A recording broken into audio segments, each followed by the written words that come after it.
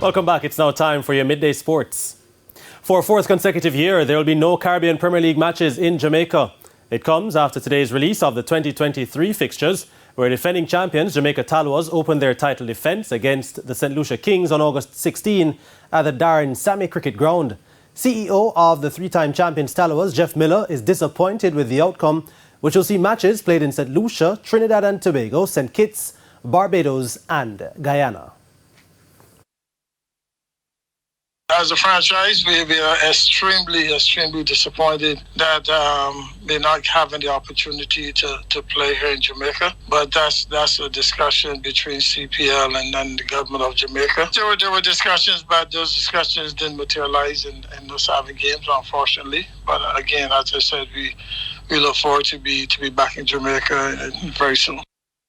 CPL will run from August 16 to September 24, where the final will be contested in Guyana. Jamaica's under-20 reggae girls blanked Bermuda 2-0 at the CONCACAF Championship qualifying tournament in Nicaragua on Sunday to record their second consecutive win in Group E. Shaniel Buckley in the 47th minute and Davia Richards in time added, with her second of the tournament, were the scorers for the Jamaicans. The young reggae girls, who had beaten Anguilla 6-0 in their opening match, are now lying second in the group behind Honduras on goal difference. The Hondurans also chalked up their second straight win when they beat Anguilla 9-0 in the group's other match on Sunday. The young reggae girls and Honduras will square off on Tuesday for group honours. Only the 6 group winners will advance to the CONCACAF Championship, set for May 24 to June 3 in the Dominican Republic. The 6 teams will join the United States and Mexico at the championship. Now, former champions and second-placed Arnett Gardens can rejoin leaders Cavalier at the top of the Jamaica Premier League standings on 46 points when they take on Dunbeholden in the first match of a doubleheader at the Anthony Spalding Sports Complex today. The Junglists were humbled 4-2 in their first-round meeting between the teams, but since that match on January 15, they've not lost a match in the span of 11 matches. Since then, Dunbeholden, who are 8th, have only 5 wins, but are on a 3-game unbeaten run in the league. At 7:30, it's a clash between former champions Waterhouse and Tivoli Gardens.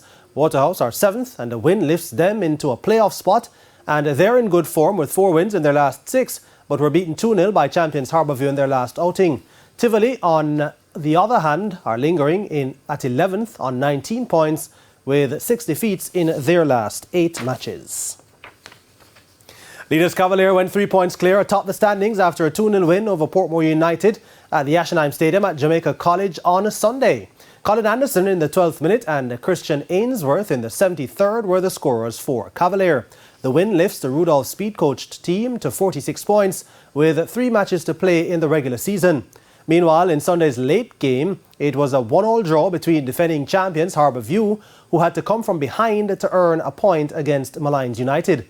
Harbourview were reduced to 10 men after the sending off of Demar Rose in the 53rd minute, and Jeremy Nelson made sure Malines took advantage, netting the opener in minute 72.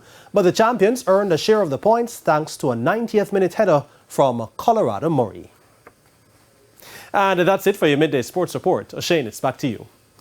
Thanks, Jordan. And that's the Midday News. I'm Shane Masters. Join us at 7 for Primetime News. On behalf of the news, sports and production teams, have a good afternoon.